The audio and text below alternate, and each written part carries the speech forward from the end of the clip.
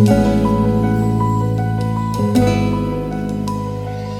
buenas tardes a todos, muchas gracias por haberme invitado para participar como miembro de este panel en un tema que me es realmente muy caro. La primera aclaración que quiero hacer es que les voy a advertir mi manera de ver el tema. Dentro del judaísmo hay un concepto que es el concepto de la halajá, o sea, el cumplimiento de las normas legales del judaísmo. Donde en esas normas legales hay toda una parte donde los temas son compartidos con el derecho positivo, ¿sí? Que viene de tiempos talmúdicos. Hay otra parte que refiere a ritos, a las normas de cómo rezar. Ahora, desde el punto de vista de cuestiones filosóficas, el judaísmo es bastante amplio. Es creer en un Dios único, absolutamente único, etimológicamente diría metafísico, meta más allá, física y naturaleza, un Dios que en un momento dado, cuando se le preguntaron a los sabios con qué ha creado Dios todo el cosmos, pues bien, los sabios respondieron que lo ha creado a partir de la nada. Pero en el pensar, si bien en la halajá, también hay la halajá, ¿sí? La normatividad, hay distintos movimientos en el presente, un movimiento reformista, un movimiento conservador, que va por el medio, tal vez la palabra conservador no sea inapropiada, pero así se lo conoce especialmente en Estados Unidos, donde se desarrolló en gran medida, conservative movement, y después toda una gama de movimientos que son más cuidadores de la tradición sin modificaciones, o en todo un espectro que son los que así denominados movimientos ortodoxos, donde también se tienen neortodoxos, etcétera, etcétera. Pero la cuestión de pensamiento, siempre en el judaísmo hubo distintas y múltiples visiones, aún dentro de la halajá hubo discusiones, y ni que hablar en el pensamiento. El pensamiento, por ejemplo, de Maimónides no es igual como el pensamiento de Nachmanides, ¿sí? Maimónides, siglo II en Córdoba, Nachmanides, siglo III, nacido en Gerona. Y así se podría dar muchos ejemplos más. Lo que yo les voy a dar es mi propia visión de cómo veo la cuestión de ciencia y religión, cómo veo esto como hombre de fe, como judío que cumple con la tradición. Bueno, cómo leo todos estos escritos en base a el camino que hice en este tema, que realmente es muy cercano, porque hubo un momento en mi vida que estudiaba judaísmo por el mero hecho de estudiar, que es como nos enseñan nuestras fuentes, y paralelamente estudié química en ciencias exactas, pensando que ese iba a ser el derrotero de mi vida. Pero bueno, Dios, el hombre propone y Dios dispone, que también es un versículo que aparece en el libro de los Proverbios. Ahí aparece como múltiples son los caminos del hombre, pero el consejo de Dios, eso es lo que determina. Se me dijo, bueno, hablar acerca de la creación del cosmos. Podría ser muy escueto y decir lo siguiente: hay un libro muy bueno que lo escribió un físico que trabaja en el departamento de física de la Universidad de Bar-Ilan, que está en Tel Aviv, cerca de Tel Aviv, en Israel, que se llama Natan Aviezer, Natan en hebreo, Aviezer. Es un libro muy lindo, muy interesante. Él mismo publicó mucho en física del estado sólido, y es Biblical Creation and Science. Y el nombre, ese es el subtítulo. El título es In the Beginning. ¿Qué es lo que este hombre hace? Que estuvo de visita en el seminario rabínico el año pasado. Lo que muestra son paralelos que hay entre hechos dentro de la ciencia que ya van a ya van a ser irreversibles. ¿Qué significa hechos de la ciencia o descubrimientos científicos que van a ser irreversibles? Me refiero a lo siguiente. Es verdad que la teoría de la relatividad amplió y cambió y amplió muchísimo a la teoría de Newton. Pero la teoría de Newton no fue refutada por la teoría de la relatividad.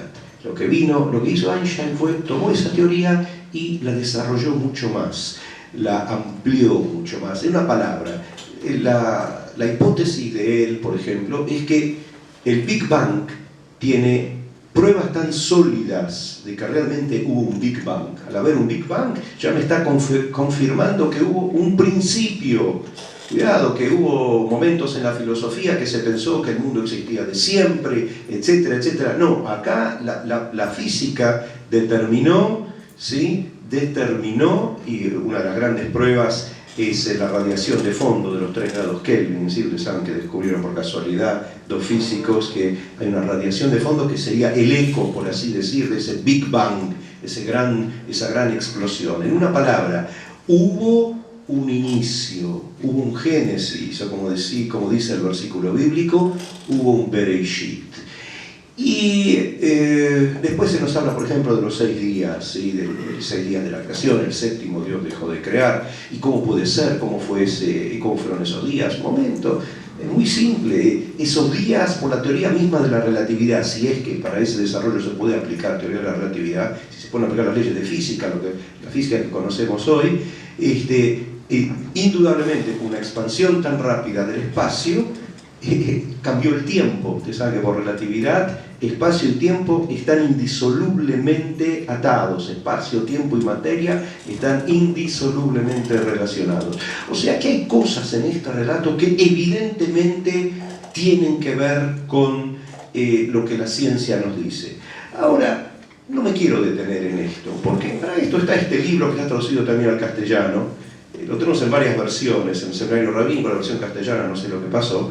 De vuelta, Nathan, N-A-T-H-A-N, Aviezer, con B corta. Quisiera hacer unas pequeñas reflexiones con respecto al tema que nos ocupa, y partiendo especialmente de una de las ciencias que tienen que ver de una manera, junto a la biología, estas dos ciencias, la física teórica y la biología, son las dos que dicen, bueno, estoy tocando el plano de Dios, ¿sí? Como decía Einstein, me gustaría ver el plano con que Dios creó el cosmos. En última instancia él quería llegar, ¿sí? Los últimos no sé cuántos años de la vida de Einstein, murió en el 55, esto él lo publicó en el 16, la teoría general de la relatividad, y más o menos de ahí en adelante dedicó toda su vida a hacer una teoría unificada, ¿sí? Una teoría de la física que me reúna electromagnetismo con gravedad. No lo logró. Después sabemos que hay 2 fuerzas más, ¿sí? Que son las que me conforman la consistencia de la estructura atómica, ¿sí? Lo que quiero decir así en este tiempo tan breve con respecto al diálogo entre religión y ciencia es así. Por un lado, me quiero ordenar mentalmente. Para saber acerca de la creación está este libro. Para ver cómo es la relación que yo veo entre física teórica, biología y su diálogo con lo religioso, voy a decir lo siguiente, 2 puntos. Antes de los 2 puntos, nota al pie. La nota al pie es esto: tanto por parte de los biólogos, especialmente, como por parte de los físicos, llegó un momento que cuando se embriagaron con descubrimientos, agarraron y dijeron, bueno, el mundo es esto, y excluyeron a Dios. Se metieron un poco en la cuestión de Dios. Por eso me detengo, y aparte acá también está planteado así. Uno de los temas es biología, el otro tema que representaría sería el tema de la física. Un ejemplo que podría dar de biología es el famoso libro de Monod, El azar y la necesidad. Con respecto a los físicos y Dios, tal vez el que se hizo más famoso en los últimos tiempos, La partícula de Dios, de Lederman, pero esto es como un dato anecdótico. El editor le dijo, ponele La partícula de Dios, no lo llama La partícula de Higgs, va a ser mucho, va a mucho mejor para la venta. Aparentemente el mismo Lederman lo veo como una cuestión de marketing. No tenía la arrogancia de decir, bueno, ya conozco absolutamente a Dios. Ahora, les quiero dar mis propias apreciaciones, que no son totalmente mías, sino lo que estudié o cómo yo veo la cosa. El primer planteo que se puede llegar a hacer es el siguiente. Una cosa es ciencia y otra cosa religión. O sea, el planteo básico, la base, ¿sí? La base de toda discusión tendría que ser, miren, cuando queremos hacer la gran diferenciación, ciencia es una cosa que uno va al laboratorio, puede hacer la teoría que se dé la gana, va al laboratorio, la comprueba de forma directa, indirecta, lo que fuere, será comprobación más sólida, menos sólida, pero la cuestión es que las afirmaciones en ciencia uno las va y las puede comprobar en el laboratorio. Las afirmaciones que uno hace a nivel de fe, es una materia de fe, no tiene absolutamente nada que ver con el laboratorio. Esto es la primer diferencia que yo hago entre un campo y otro.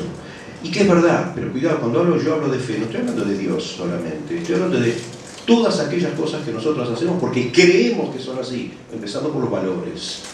Yo no mato, el hombre religioso va a decir, yo no asesino, el hombre religioso va a decir porque Dios me lo ordenó. Y el que no es religioso dirá, no me parece bien no matar. No hay una razón fundamental por la cual yo puedo demostrar que matar es malo.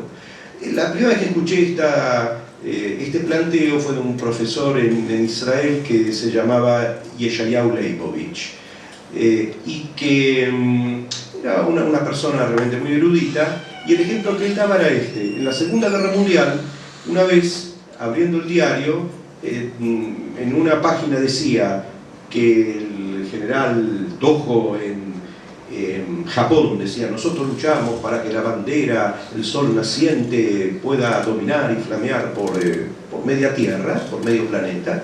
Y la otra página, el honor ruso, decía, nuestras fuerzas luchan para que cada chico tenga un vaso de leche todos los días. Entonces, ¿cuál de los dos realmente tiene razón? Nada, no es cuestión de razón, es cuestión de creencia. O creo en esos valores y cumplo o no. Este sería un planteo.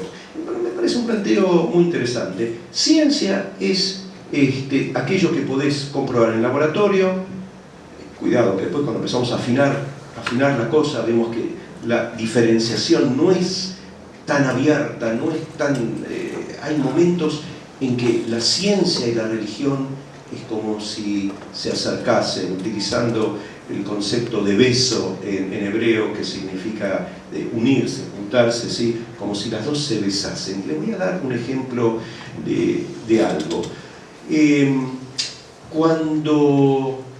¿Cómo es que la ciencia de repente se enfrenta con cosas de la filosofía? Para alguien en el siglo XIX, yo creo que hablar de tiempo era hablar de relojes, de cronómetros, hablar de ingeniería.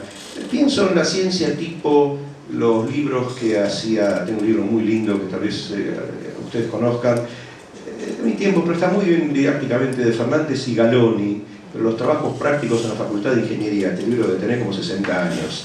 Pero es muy lindo el libro. Entonces, ciencia que era relojes, matemática, pim, pam, pum, esto es así, y esto. No discutía, no se ponía a discutir qué es el tiempo.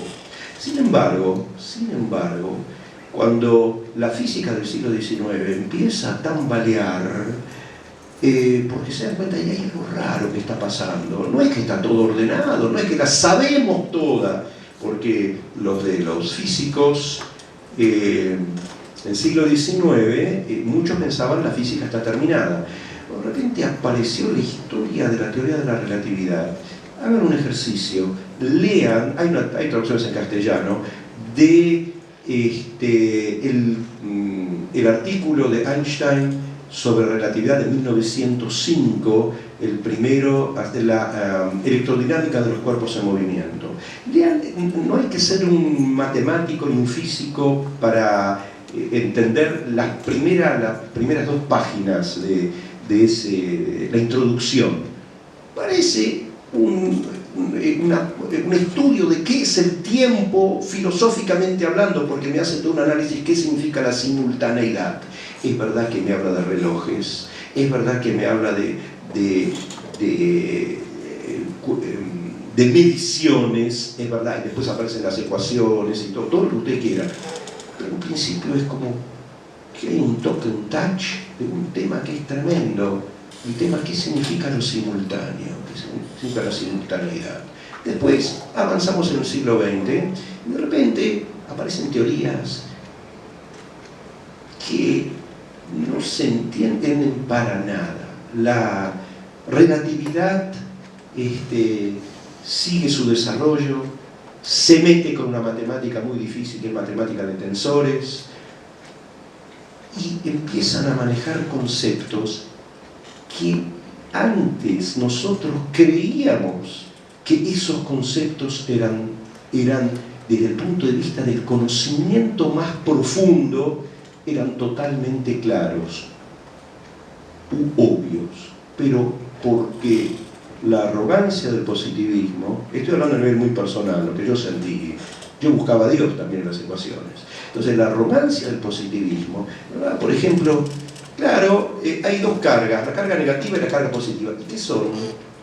Son carga negativa y positiva, no se discute, vamos para adelante. Y empezás a sacar ecuaciones. Y después las ecuaciones empiezan a ser más fuertes, y se empiezan a tener herramientas fuertísimas. Pero estamos manejando conceptos cuya quinta esencia no la conocemos profundamente.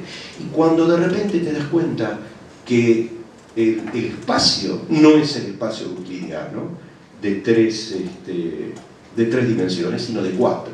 Pero no solamente de 4, sino de 4, que esas 4 dimensiones tienen la forma que tienen, y lo que llaman espacio de Riemann, y está definido, o sea, en una palabra, que para describir algo no tenés alto, largo, ancho, sino que cuando querés describir el universo tenés un espacio que tiene la forma que tiene. Imagínatelo como quieras, pues son 4 dimensiones y que se doblan en base a la masa que hay en el mismo, y de repente, ¿qué es el universo? Es un espacio de Riemann donde la luz sigue geodésicas que son igual a 0.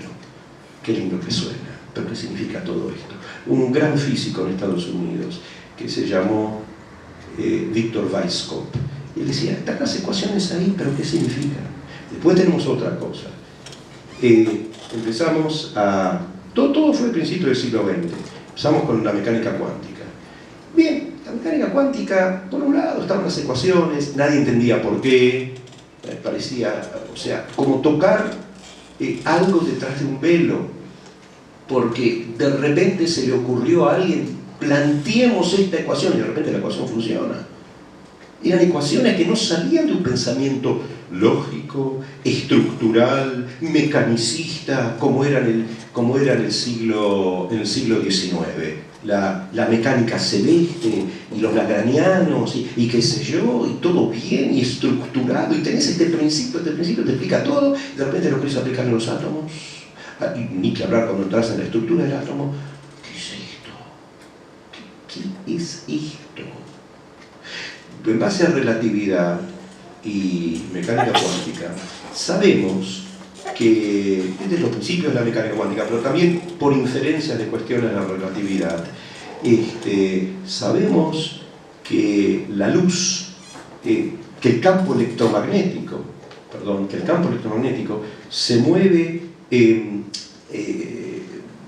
cuando yo pongo un electrón, por ejemplo, un campo electromagnético, entonces el movimiento del electrón no es una cuestión inmediata, en tiempo cero, sino que hay un tiempo que el electrón percibe ese campo electromagnético, lo percibe a través de un fotón que le aparece en ese campo electromagnético. ¿Qué es el fotón? Bueno, es un algo que no tiene masa, que no tiene carga, que, qué sé yo, es algo, un cachito, perdón la expresión, de un campo electromagnético. Y de repente, esto es la gran física teórica, que el gran problema que empezaron a tener es, bueno, pero hay un límite para las mediciones, todo en física que es mediciones. Entonces de repente dicen, uy, tengo un límite para las mediciones, el famoso principio de incertidumbre de Heisenberg. Llega un momento que yo no puedo medir con exactitud máxima ciertos valores, dos valores determinados de una partícula, no las puedo medir con una precisión total y absoluta. Y entonces empezó a haber discusiones. Vean en la literatura que hay sobre el principio de incertidumbre y si la física, claro, antes era una física mecanicista, ahora nos olvidamos de la física mecanicista porque no puedo medir todo perfectamente bien. Entonces, ¿qué es lo que cómo puedo trabajar? En vez de hacer mediciones precisas y perfectas como no existen, si mido la posición no puedo medir al mismo tiempo la cantidad de movimiento. El mismo instante perfecto, con error tendiendo a cero de ambas cantidades, no puedo, y me dicen el error mínimo que puedo llegar a tener en la medición. Entonces, como no puedo trabajar con cantidades exactas, ¿qué es lo único que puedo hacer? Trabajar con estadística. El electrón puede estar ahí, como no puede estar ahí. Había uno de los que creó todo esto, que se llamó Schrödinger, que dijo, y es como si tuviésemos, cuando quiso, para gente que no sabe física, explicar las cosas, cuando tuviésemos un gato dentro de una caja. El gato puede estar 20% vivo, 80% muerto, es una probabilidad. Puede estar vivo, puede estar muerto, puede estar, vaya uno a saber cómo está. Y eso es en esencia, ya no podemos hablar de una física rigurosa. ¿Qué les quiero decir con todo esto? Que aquellos que trabajaron en este tema, de repente se preguntaron, ¿es el mundo una cuestión total y absolutamente mecánica o mecanicista que sigue leyes estrictas? ¿Cuáles son estas leyes? Querían adentrarse en lo más profundo y buscaron a Dios. Hay un libro muy interesante que se llama Cuestiones Cuánticas, y ahí se ve la percepción de Dios que tiene cada uno de estos genios que escribieron todo esto. Lo que quiero decir, ya 2 minutos para terminar, lo que quiero decir es esto. Cuando alguien trata de hacer ciencia, puede salir de una estructura lógica, pero se sale de una estructura lógica, usa una estructura rigurosa y bien lógica, y de repente, saliendo de la lógica, uno se da cuenta, uy, cuando quiero meterme en ciertos temas, veo que la cuestión se me torna metalógica, más allá de toda lógica. ¿A qué me refiero? Curso de ingreso 1967, Facultad de Ciencias Exactas. Estaban dando lo que eran las primeras 6 materias de álgebra antes. Entonces, ¿qué es lo que se veía? Vamos a teoría de conjuntos. Entonces, la teoría de conjuntos es muy fácil, muy simple, muy sencilla. La teoría de Cantor, todo va bárbaro, todo va genial, se entiende todo simple, sencillo. Pueden haber problemitas, pero todo va bien con las correlaciones inyectiva, biyectiva, suryectiva, seguramente habrán escuchado todos estos términos. Todo va bárbaro. Hasta que de repente uno va y dice, bueno, veamos qué pasa cuando hago un pequeño salto, cuando hago un salto al infinito. Cuando se hace un salto al infinito en el análisis matemático, la cosa todavía es lógica. Sí, 1 sobre n tiende a infinito, entonces eso va a tender a 0. Estoy en el límite, no toco el infinito, estoy en el límite. No me meto. Ahora, ¿qué pasa cuando me meto en el infinito, como se metió Cantor en el infinito? Y bueno, ahí la primera cosa que te das cuenta, que el todo puede llegar a tener tantos elementos como la parte. Por decirlo, hacerlo rápido, tomo una línea, marco 0, marco 1, de 0 a 1 justo en la mitad clavo el 0,5 y tomo una tijera, por supuesto una tijera totalmente inventada, empiezo a cortar los infinitos puntos que hay ahí. Entre 0 y 1 hay tantos puntos, ojo que no estoy hablando con números ordinales, no con cardinales. Entonces, si puedo cortar, es imposible hacer esto, son cortes infinitos. Voy a ver que hay tantos puntos, se demuestra matemáticamente muy fácil, entre 0 y 1, como entre 0 y medio. Entonces, ¿qué significa? Que aún saliendo de la lógica, se llega a un momento que, para un momentito, cuando me quiero mover un poquito más allá, y ojo que lo que estoy diciendo ahora no es nada más que el piso de tantas cosas que está más allá del sentido común, la famosa paradoja de Banashitarsky, y tantas y tantas y tantas cosas más, que uno va y se pregunta, ¿qué es esto? Si me preguntan en última instancia, ¿qué pienso de la relación de religión y ciencia? Es esto. En cuanto nos adentramos profundamente en la ciencia,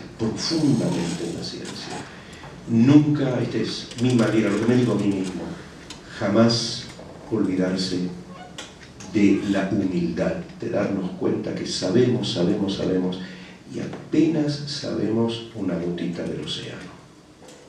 O realmente la vida no es nada más que los códigos que hay, me meto en la cuestión del ADN, de la biología, el código genético que está en el ADN, y ahí termina todo.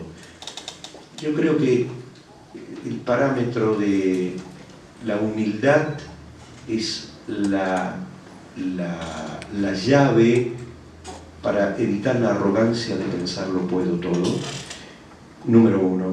Número 2, la ciencia en algunos aspectos, cuando quedamos perplejos frente a las sutilezas que nos muestra la existencia, el gran cosmos, biológicamente hablando, a nivel de física teórica, todas esas sutilezas no solamente que nos deben conllevar a pensar, aquí hay alguien que puso estas leyes. De paso, diría lo que aparece en Jeremías, ¿sí? ¿Quién determinó los límites del mar, etcétera, etcétera? Pero hay algo, hay un ordenador, hay un algo. Me están hablando, me están diciendo, pero esto ya es en el diálogo íntimo, cuando tengo la fe que se está besando con la magnificencia, cuando veo, al estudiar profundamente la ciencia. Tampoco son inventos míos, ya una frase más. Por ejemplo, en el siglo XVI hubo un sabio que se llamó, un rabino, Obadiah Sforno, que hizo una exégesis a la Biblia. ¿Qué es lo primero que escribió? El versículo: en principio Dios creó los cielos y la tierra, en principio Dios creó el tiempo. Copyright del tiempo que está atado a la masa no es de Einstein, es de Obadiah Sforno. Pero me voy a ir mucho más lejos. Que la naturaleza le habla al hombre, lo que pasa es que el hombre no debe perder su humildad. Salmo 19, ¿se acuerdan?